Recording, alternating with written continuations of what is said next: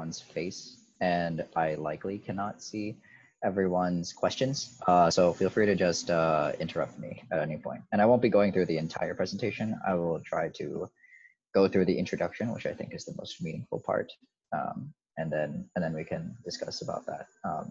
But I think that there's actually a lot more to talk about professional science than there is about the specific research that I'm doing, because it's very niche, as the scientists will know.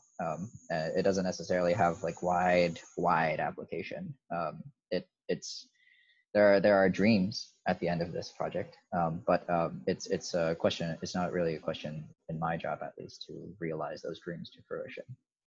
It's to investigate the underlying science and then do our best to understand why it works the way that it works. Sounds good. I mean, I don't know if I speak for everybody, but anything interesting that you like about it, they can talk about would be cool. And like in our group, we like to talk a lot about, like, there's computer science people here, so if you could tie it to computer science, that'll be cool. There's medical people, if you can think of medical things, that'll be cool. Okay, I can guarantee that there's neither computer science nor medical things in this presentation. I'm very much a renewable energy scientist, I think. I guess that's cool too. It's like whatever. Okay, in that case, I'll just get started. So can everyone see my screen okay? Yep. Okay. Yeah. I'll try to keep this thumbnail on the side. Oh, actually, does that block things? No, we can't see the thumbnail. It's just on your screen. Okay, awesome. Okay, so I'll just start the presentation. So I think there's a lot of words in the title. You don't need to understand them. I will try to introduce them as best as I can. The people that are presented are the people in my subgroup that I was working closely with over the past 2 years. One of them is a postdoc on the left. So that's Dr. Tapa. He did his PhD at UNM doing organic chemistry. And he joined our lab to help us synthesize a library of molecules that are relevant for our study. And on the right is his mentee, an undergraduate named Tu. She is studying chemistry as a bachelor student and is interested in doing a PhD in chemistry after her senior year this year. So she's working on her thesis during a time of quarantine, and there's a chance she might come in and do more work. But I mean, you're a bachelor. You have a lot more studying to do before you can be a professional scientist. So she's in progress. These are just molecules, examples of parent molecules that we're using in our study, some of which are a little bit outdated now, but a vast majority of which we're still under study. Now, for the most part, be talking about this molecule on the left, this huge, particularly huge organic molecule that is roughly square shaped. And it's fine if you think about it as a square molecule. That's exactly what it is. Okay, so the interesting part about this comes from the fact that we're a science group that studies porous materials, basically materials that have lots of holes in them. So let me try to walk you through why that's interesting, why we think that's important. If you think about this block, its volume is whatever is defined as the side lengths multiplied within one another if it's a cube with right angles, which hopefully it is the way that I've drawn it. In order to afford this material holes or give it porosity, you would go about drilling holes in this thing. And when you take more of them out, you increase the surface area by the kinds of holes that you cut out. If we were to give this hole and this block some dimensions, you can calculate that you would, just in the process of carving out holes of this size, you would create about 100 milliliters worth of volume in this object that is 100 by 100 by 100 nanometers long. And to give you a perspective, 1 nanometer is 1 times 10 to the minus 9 meters, and you are roughly 1.5 meters. So if you divide yourself by about 1 billion times, you would get a nanometer. And the process of cutting out these even smaller holes gives you the same volume as these 5 jars. And at the same time, it gives you enough internal volume to, or I guess to put it into a bigger perspective, that that surface area is roughly the same thing as 2 times Wembley Stadium, which is a massive amount of surface area if you think about it. Basically, you get a ton of space, and you would only have enough material to fill one of these vials. So 1 jar of this stuff, and you get 2 Wembley Stadiums worth of surface area. That's pretty impressive. You don't need that much stuff to make this much area. And so porosity gives us an idea about how we can massively increase the surface area of things just by putting holes in them. And if you've learned anything, Wembley, is that Manchester United? What's Wembley? or yeah, maybe it's the stadium in the UK where soccer games are held. Sorry. Oh, it's the stadium. Yeah. It's like England's premier stadium. Yeah. It's a huge area, huge space, like if you learned anything from introductory chemistry, you learn that chemical processes are limited by the amount of surface area you have. Basically, if you have a finite amount of surface area, those are all the places where a reaction can occur. If you have more of that surface area, then more reactions can occur everywhere where that surface is. And so the simple act of increasing the surface area of an object many orders of magnitude can give you significantly more places for you to do chemical reactions, which is... Yeah, can I input something? Yep. I think this is very similar to biology because you have a huge amount of DNA that you pack into super small cell, and you have to pack that DNA in a way, because when you stretch the DNA out, it's like 2 meters. Yeah, that's right. How do you pack that in super tiny compartments in the cells that then you pack 2 meters of DNA into like a super microscopic cell? It's actually the most interesting, or I guess the most interesting frontier research that I've heard coming out of DNA research in cells recently is people are actually thinking about tertiary and quaternary structure of DNA.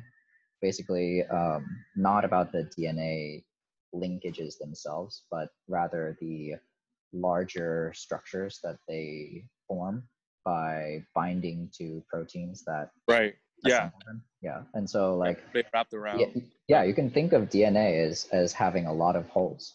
I think is a rational way of thinking about it too. Is that there's a lot of empty space there, and the structure, the like aggregate structure that DNA makes, is actually going to influence its chemical and biological activity. You need to unravel it. You need to repackage it.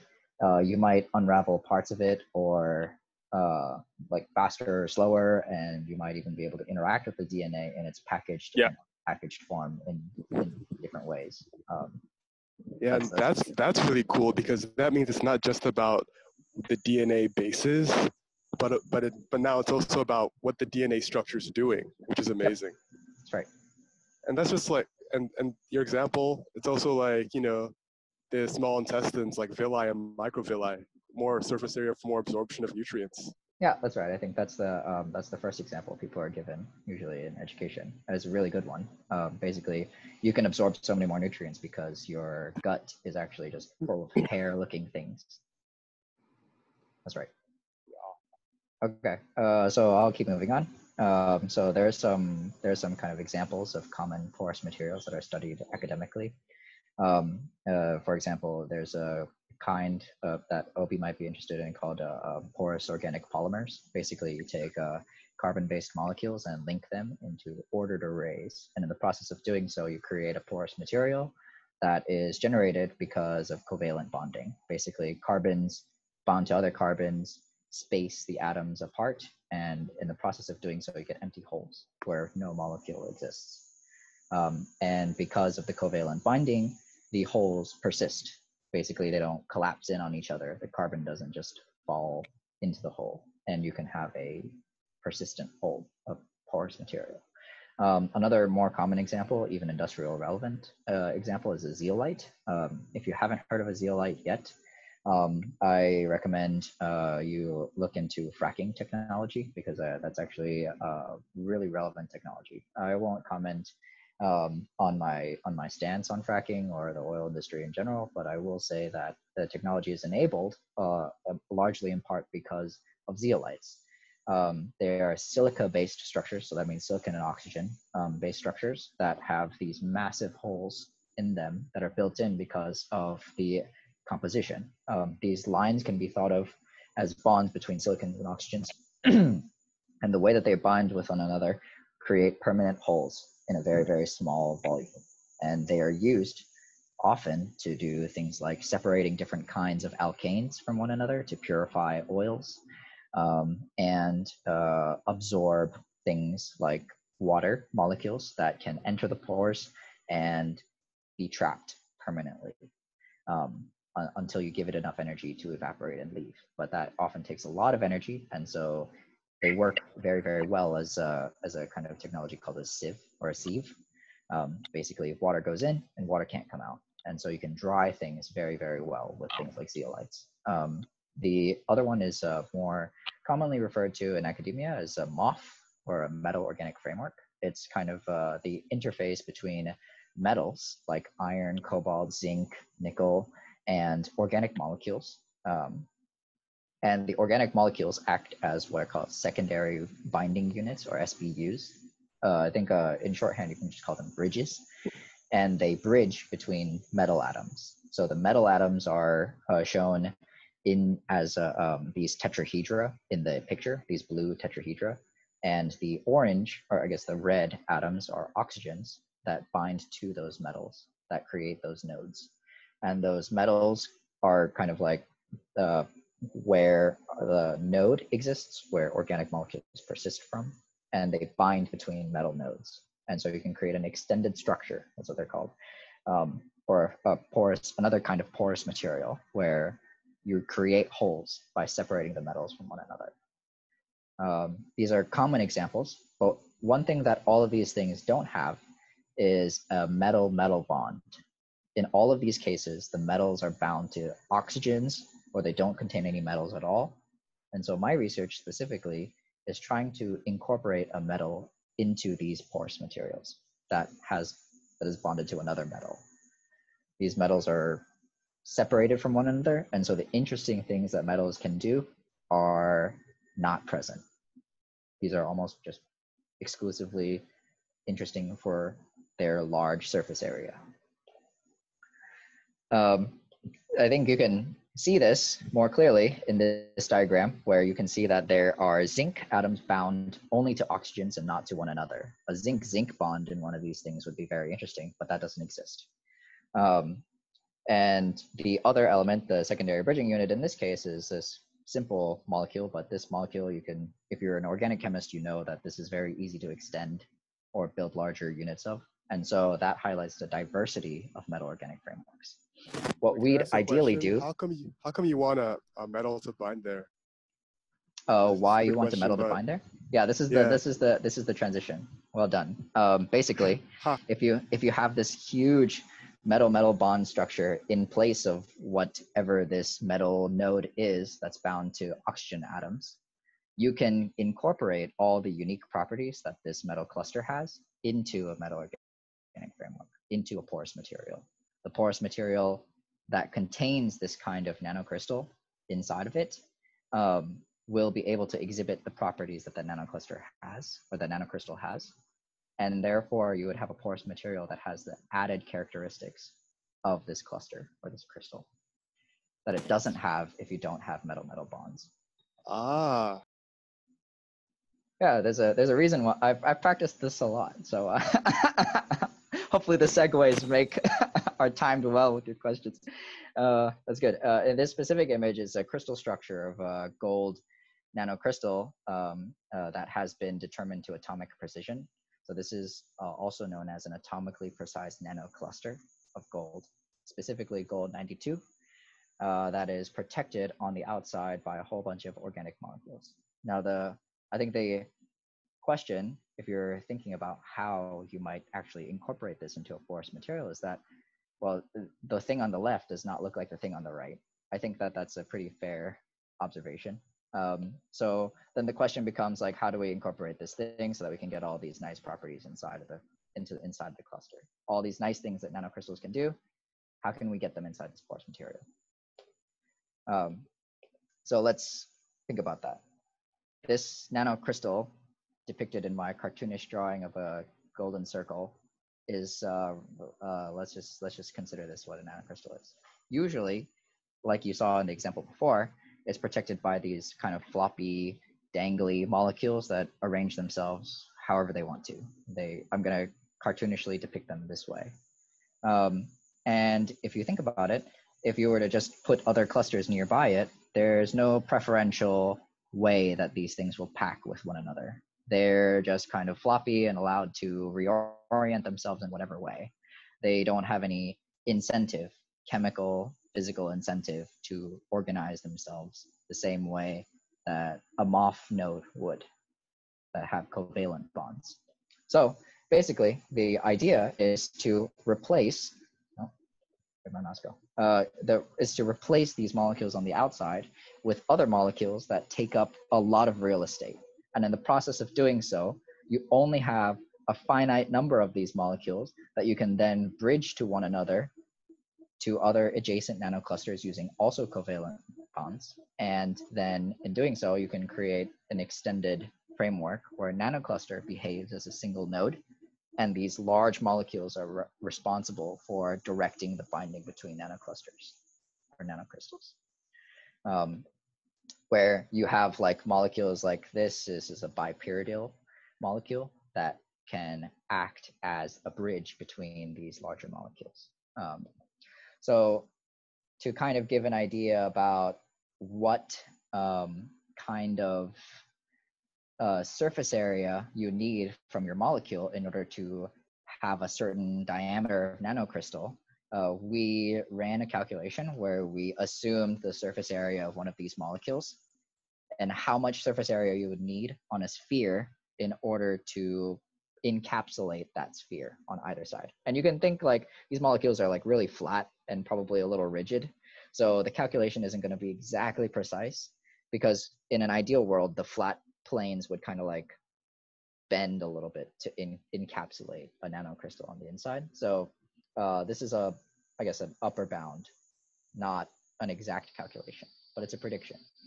The prediction is that if you have these like floppy molecules that we call thiols because they have sulfurs, that's the canonical name for them, then you make a very, very small nanocrystal and have a lot of thiols.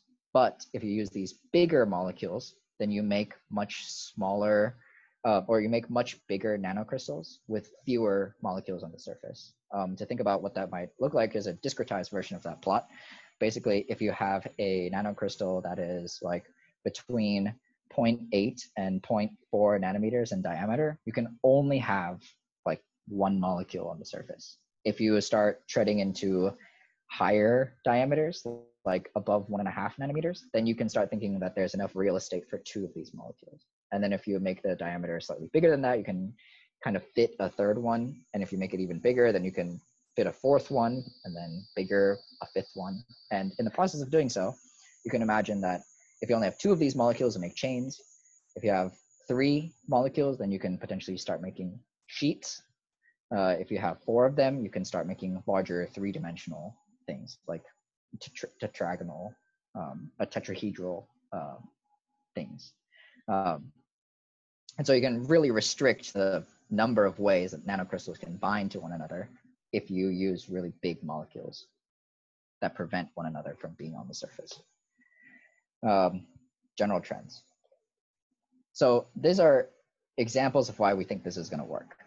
Because you might be thinking, well, these molecules, how on the earth are they going to bind to a nanocrystal? Well, fortunately for us, we're using gold, and people have already shown that you can take this molecule and stick it onto a gold surface with pretty high binding energy and with pretty uniform, distribution. You can see here what these are called are self-assembled monolayers. What they did was they took the molecule and they allowed the molecule to relax on the surface of a metal and arrange themselves however they like and then they took an image of what that looks like. So all these molecules on these surfaces are very happy where they are. This is kind of like our hypothesis as to why using these molecules will work. It's because they naturally adhere to metal surfaces with a really, really high binding energy. They like being this way. So there might not be a direct chemical bond that you're forming, but there is strong evidence to suggest that there's going to be like very tight binding between the molecule and the nanocrystal surface. So we're not working on those, but this is starting to get into the grit. Basically, in order to make a nanocrystal, you have to do these syntheses, and we use all of these different kinds of molecules to achieve that effect. And I think this is kind of where it becomes very niche. So we can stop the conversation here. We can talk about porous materials at large or the process, but after this point, I'd basically start going into like minutia, where like local experiments that I've done in order to try to clarify specific questions addressing whether or not this actually works or doesn't work. And it might not be as like the gain from listening to me speak may not be as great as us talking about the ideas. So I had a question that's not really specific, but like what kind of things do you do with gold? What kind of properties does gold have in your line of work? What makes it interesting? Yeah, I guess I skimmed over this slide. Let me see if I can go back and find it. This slide, I did kind of skip over this really, really fast. Basically, gold is like shiny and expensive and stuff, but I'm just curious. Oh yeah, you're right. I mean, like you're not wrong. Cool My experiments are definitely not cheap. But also my experiments are very, very small. Like I would say that a typical experiment can consume as much as 5 milligrams of gold, which is in like the tens to hundreds of nanomoles, which means like Avogadro's number times. So 6.022 times 10 to the 23rd times like 10 to the minus 9. I guess I'd be, if I were to give a ballpark estimate, I'm working with maybe like 10 to the 15 element or atoms of gold per reaction. I guess it's hard to put that into context because I don't know. Quick math. Let's see. The amount of gold that I use is probably the same as like the amount of atoms that you could find if you were to collect a very, very small amount of dust and put it on the tip of your finger. So I don't use very much, but you're right, on like a per gram scale, my experiments are quite expensive. And I mean, gold is a non-trivial thing to acquire, just like you said. So maybe the right question is, what's the like practical, what's the the practical aspect of this? Like, is this actually? Like I guess I was thinking like, why gold instead of, I don't know, copper or tin, any other metal? Gold has to have something about it that makes it good to use. Yeah, I mean, copper and tin, I can answer those really easily. And the problem with copper is that depending on what state it's in, it's super, super pyrophoric. And if it's not in a state that it's pyrophoric in, it's remarkably hard to get it out of that state. I don't know if you've worked with like pure copper before. No. Hardly anyone I know has. But let's just put it this way. When you short circuit your house, there is a good chance that if you use non-protected copper wire, that copper wire doesn't exist anymore. And that's because the amount of electricity that you shot through it gave it enough energy to form copper oxide, which disintegrated almost immediately. Oh, wow. I mean, it's enough to start a fire in your house, which is usually what happens. That is actually amazing. That's pretty great. Yeah. So the real danger of shorting a wire in your house is that you could catch a part of your house on fire that you don't see because the wire is inside of the hard wall. It's inside of the plaster. That's like fact of the day. So I guess like I'm interested. Like you've got this super porous material, right? And it has all these properties of this metal. We talked about, I don't know the name of it, but I saw like the picture of the molecule that you could use to dry, like, this is weird that I'm saying it, but you can use it to dry water, right? Yeah, like, zeolites. the zeolites, right? So it's like, if you're able to produce these properties, you're able to produce like, some sort of compound that has the properties of both the metal and this thing about surface area. What types of I guess you as a person, what types of technology have you kind of thought about possibly coming from this? You're talking specifically about the gold porous materials? Yeah, like a super porous material that has all the properties of gold. What types of things can you do with that? Yeah, so actually that brings us back to this slide. You can actually make gold nanocrystals that exhibit all of these properties. You can make gold nanocrystals that are magnetic, specifically because they are nanocrystals. And the way that you would do that is that you would embed a magnetic element inside of it, like cobalt or iron. And in the process, you can actually make that nanocrystal magnetic. And it would be so small, actually, that I don't know if you remember this from our thermodynamics class, but magnetic materials are made up of a whole bunch of separate domains of magnetism, right? Each of them have their own polarity. But in the case of a nanocrystal, the unique thing about that is that it exhibits something called super paramagnetism, which is to say that a nanocrystal is so small that it is physically restricted from having multiple domains. A nanocrystal can have only one domain. And so if you have a nanocrystal that is magnetic, it is a paramagnet in that it responds to magnetic fields, but it is allowed to dephase because the nanocrystal is allowed to just jumble around in the swirl of things that it's a part of. And so if you were to have a bunch of super paramagnetic nanocrystals assembled in this larger porous structure, and then you just blast the thing with an external magnetic field, you can think of spatially separated magnetic domains all aligning to the same field.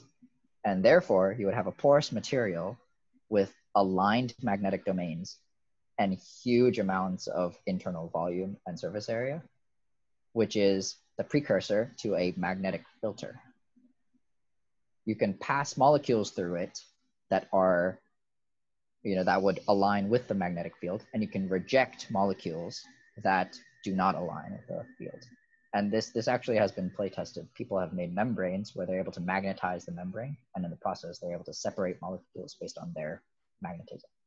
I mean, the thing that I'm thinking about when you say this is, I'm like, okay, you can make a filter, right? So what you let in and what you don't let in, and instantly my mind goes to memory, because I'm thinking in like a computer system. Like, this is the way that you can start to make computers. I mean, just like at such a super small level, you can, as long as you can keep track of state of 1 and 0, it doesn't matter. You can actually you can record memory in these things. That's crazy. Yeah, super paramagnetic nanocrystals have been used to make all kinds of memory devices, actually. I mean, like, you could just make so many different memory devices. Yeah. Like, it's like not even, oh my gosh, it's like, that type of stuff like actually makes the hairs on the back of my neck stand up, because I'm like, this is gonna be a thing in 100 years. I might not see it in my lifetime, but like the precipice of this is like starting right now. That's crazy. Yeah, that's right. I think, and Evan hit the nail right on the head, which is that the actual problem isn't that you get these things to magnetize and dephase when you want them to. That's not the problem at all. That's actually the easiest part of the problem. The hardest part of the problem is the one that industry frequently encounters, which is architecture. You have to be able to register every single bit, and then you have to be able to go back and call that bit when you want to, which is very hard, because aligning and assembling all these nanocrystals from solution onto a chip where you want them every single time is, I think, as Sean would say it, a miracle. Yeah, he would say put a filter on that. It's got to filter down that noise, man. Just go ahead and put a PID on there. It's a remarkable problem, and I think it it really it also goes back to Obi's point, which is like how tractable is this as a realistic solution? And I think we have to be very real with ourselves. Gold, just like you said, is very, very expensive, and people aren't going to be expecting miracle cures anytime soon, and they shouldn't. We have to take this stuff step by step. And like Evan said, the technology that we work on right now, we can consider it the frontier of science, but it's not the frontier of science because it's going to change something revolutionary in the next day. It's frontier science because we don't know about it, and we're interested enough to explore it because there's a hope that it can become useful to us generations into the future. We have to keep realistic expectations of these things. And I think that in an ideal future, actually, we wouldn't necessarily be using gold. I think we'd be, like Obi said, we'd be using metals that are much, much cheaper that also exhibit similar effects as gold. I think like silver is a very, very good candidate, for example. Silver is really, really expensive compared to other transition metals, but it is far, far cheaper than gold. The only reason why we don't use it everywhere in our electronics is because silver oxidizes really easily to heat and light, and the moment it does, it doesn't go back. That's why people make so many mirrors out of silver. It's because you can take a silver compound and just shine a light on it, and it will plate out of solution and form a mirror almost instantly. And it won't go back. You won't be able to get it back out unless you put a massive amount of energy back in to form that silver molecule again. Okay, I gotta ask a question because this is actually totally new for me. What is this? I'm gonna murder this word, but adsorption? This is my lack of chemistry here, but what does that actually mean? So adsorption is actually still, there's a raging debate about what adsorption actually is, because it encompasses very different ideas than our standard way of thinking about bonds. When you think about a chemical bond, especially if you think about it from a physics perspective, it's an overlap of electrons. And it's done in a way such that the electrons are able to be shared by the two nuclei that are contributed by each atom. An adsorptive process is a significantly weaker process than that. Adsorption can be thought about as a molecule having something more like van der Waals or even a polarized bond onto a surface, where the electron I guess like at the quantum mechanical level, the electron overlap is just enough that the two bodies interact with one another but don't form any stable bonds. Even the word adsorption has two separate categories. One is called physisorption and one is called chemisorption. And the typical difference that's attributed to both of these is the manner in which molecules interact with the surface and the energy that they need in order to form that bond. A physisorptive process is usually described as a very, very weak interaction between like a molecule and a surface. And it's usually just on the surface. Basically, like a surface exists and a molecule just kind of like happens. It kind of likes the surface for a little bit and then it can leave if it wants to. A chemisorptive process is usually described as almost like an ingestion of that molecule. Basically, like the molecule finds a surface, finds a way to interact with that surface in such a way that it can propagate along that surface. And if it were to find a pore or a hole or a new kind of valley in the surface, it would be able to track that valley. Basically, the surface can kind of subsume the molecule, and it is typically considered a stronger interaction. The one that I have highlighted here is one that a separate group at Harvard is quite famous for, which is a hydrogen bonding to a gold surface. I'm thinking like a roller coaster ride. Like it is just like a hovering, like a what are those things in Japan that train that like uses magnetism to just like sit above it? Like it's not actually touching it, it's not actually connecting, but it's just like riding around on it. It's pretty interesting. Yeah. I mean, I think that's actually the if you were to think about it strictly as a force diagram, that's actually very close to what adsorption as a process is. It's two fields interacting with one another. Yeah, we are physics nerding out though. Does anyone else have any other questions? I did. I think. Okay, go ahead. Can you talk about magnetism? You talked about like iron and cobalt are magnetic? Yeah. What do you want to know about magnetism? It's such a huge field, and it can be Uh, seen from so many different angles. I don't know. It's like, why would you want a magnetic metal as opposed to a non-magnetic metal? Are there any cool things that can be done with it? And it sounded like somebody else had a question. That was probably a Make a better computer, question. dude. Make a computer. That's one Maybe a thing. computer. The actual way in which magnetism has found itself into relevant applications, one really common thing that people are trying to find is how to separate oxygen and nitrogen. If you remember, the atmospheric composition is like a very much nitrogen with like a very small portion of it being oxygen. And we need purified oxygen for a lot of different reasons, like breathing aids, scuba diving even, and needless to say, like giant submarines need a whole bunch of oxygen in reserve.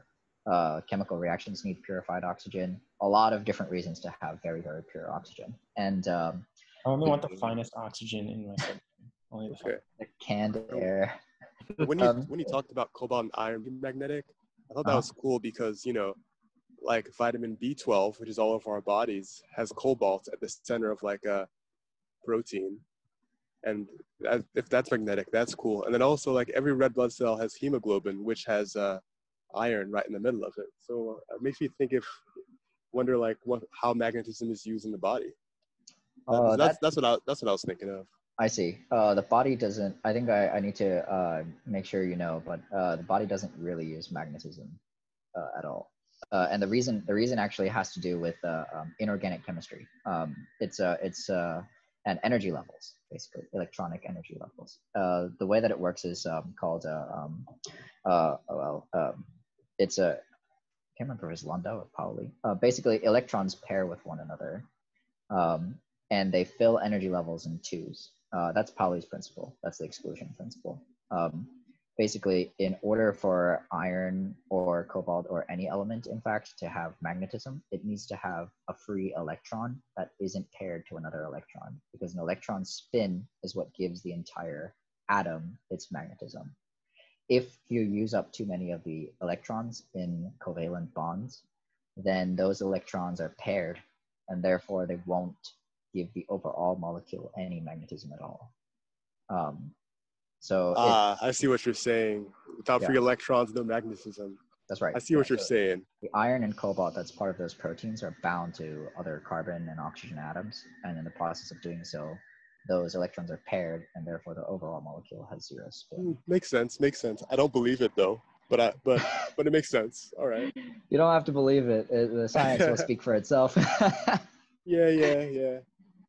Okay. That's another question, or someone else had a question. Yeah. So it sounds like this magnetic thing you can only filter at the atomic level, but not like in the molecular level, or you want to filter other bigger things. I think what you would allow for is the pore size tunability to change. So basically, if you remember, there are two parts of building an extended framework. One is the node, which in our case consists of a nanocrystal, and two, the second part is the organic molecule that bridges these nanocrystals with one another.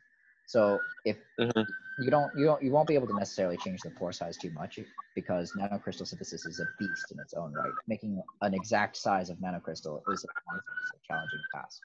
What you would instead tune is the length of the organic molecule. Basically, if you make the organic molecule longer, then you would increase the distance between the metals, and as a result, your pore size, I guess what they call pore aperture for the window, is significantly bigger, and so you could allow larger objects to pass through. Right.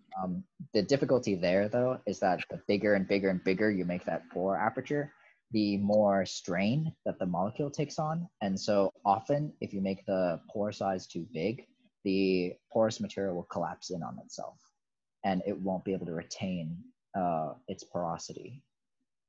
Especially when you evacuate the pores, it will just collapse. That kind of makes sense. You can't expect atoms to hold themselves up all the time.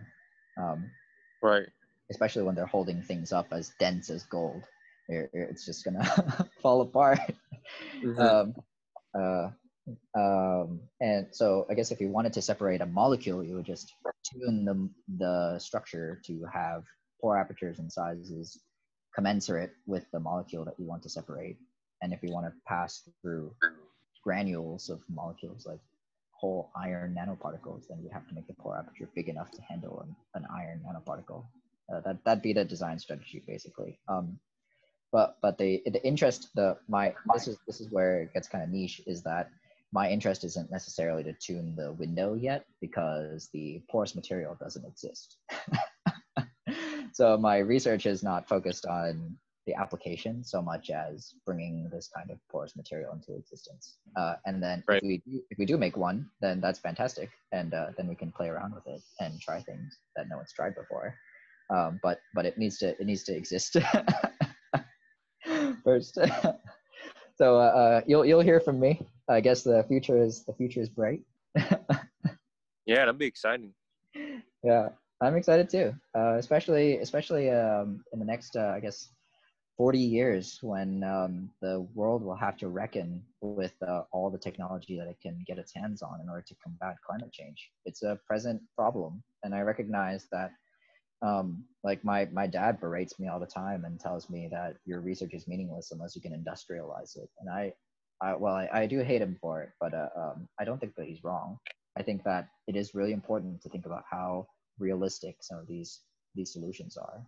Because if we can't solve the problem by scaling it, then at the end of the day, what's the point?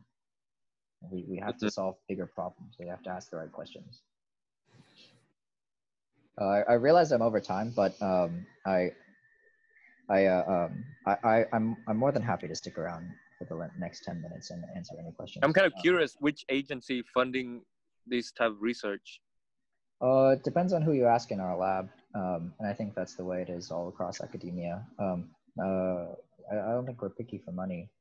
In my case specifically, I'm paid through a research grant for Harvard for being an older grad student. So my official title is a research assistant in my advisor's lab, and that pays me.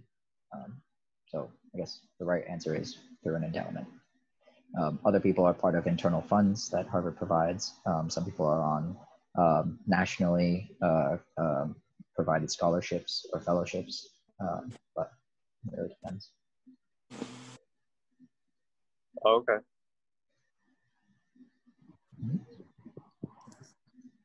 So first Harvard talk, I think, on this show. I like the inspiring ending. You gotta ask the big questions, guys. He's got a good point.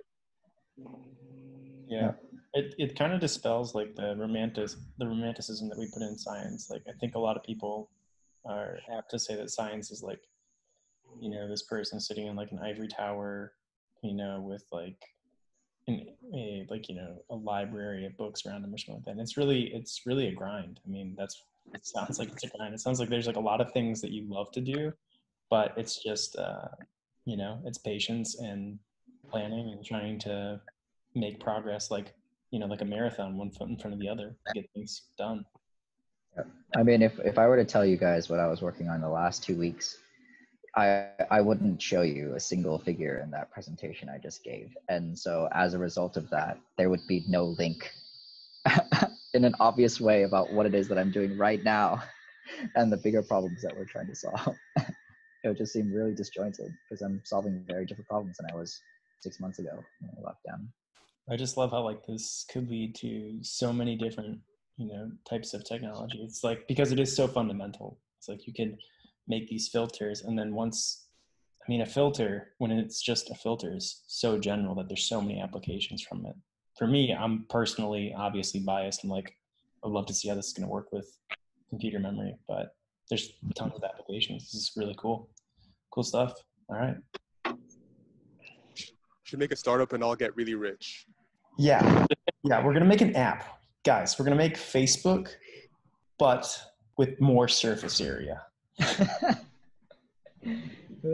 I wonder if anyone has tried to map out internet space as a kind of like a branching like that regard. Like that's basically what I started thinking about. I was like, kind of thinking like how, like the topology that you were talking about, right? Like that's really a computer science thing. The self-organization aspect of it is like a computer science thing, but sometimes you get a lot of ideas melt, and I don't know. There's definitely things in there. The thing that I've noticed the most in like just being around development is self-organization is really a huge part of development and building things in general. So I work here too. my inner discussion mentor is wondering if Trayvon or Gavin have anything to ask, because I think they've been kind of quiet. You guys have any questions or that I can answer? They don't have to be related to the presentation. I'm happy to provide my perspective in other ways. I don't have any questions. I'm just like appreciating. I think appreciating is probably the wrong word, but really kind of like looking at what you're working on and thinking about applications has really been like, my mind has been going down a rabbit hole of thinking about all the different types of applications of this work. And it's so interesting because like, I'm also in grad school, and it's just so interesting. Like when you are so close to like what you're working on, and then like you hear what someone else is working on, it's just like, wow, like how you're applying like these types of techniques that's in a totally different science is totally relevant to like even what I'm looking at, which is interesting. I mean, that was one of the reasons why I thought it was so important when I was an undergraduate to take the undergraduates in the physics department to a conference, just so that they can experience going to a bunch of different presentations and talks that professionals in the field are giving. You just see so much stuff, and if you've never been to a big conference before, it's really eye-opening just how diverse your field can be. And I think that's actually one of the most treasured times, I think, in a developing scientist's career, is when they kind of, it's like your eyes kind of open and you see just how much there is. I'm happy that I got a chance to share it. But if there's an opportunity for me to sit in on future discussions and you guys are giving presentations, I'm happy to engage, although my schedule is kind of all over the place, so I can't guarantee anything. But yeah, depending on the talk, I might be interested in coming in again and hearing what you guys have to share. Yeah, man, that was awesome, man. And I'm still stuck on like how chips are being like created off of this technology. So I'm just gonna go research some more, go dive in the rabbit hole. So yeah, I don't have any good input. So I don't think there's anything wrong with not having any input. I think if anything, if it inspires your sense of inquisitiveness and pushes you to ask bigger questions, that's already such a great thing. You don't have to feel less because you didn't have anything to say. Don't think that's not true. That just makes your imposter syndrome worse. And I think that everyone should remind themselves that they're smarter than they think they are. You just got to figure out how to put air correction into these porous magnetic filters, and then that's it. Fluid mechanics. So how do you like Harvard compared to where you came from, and like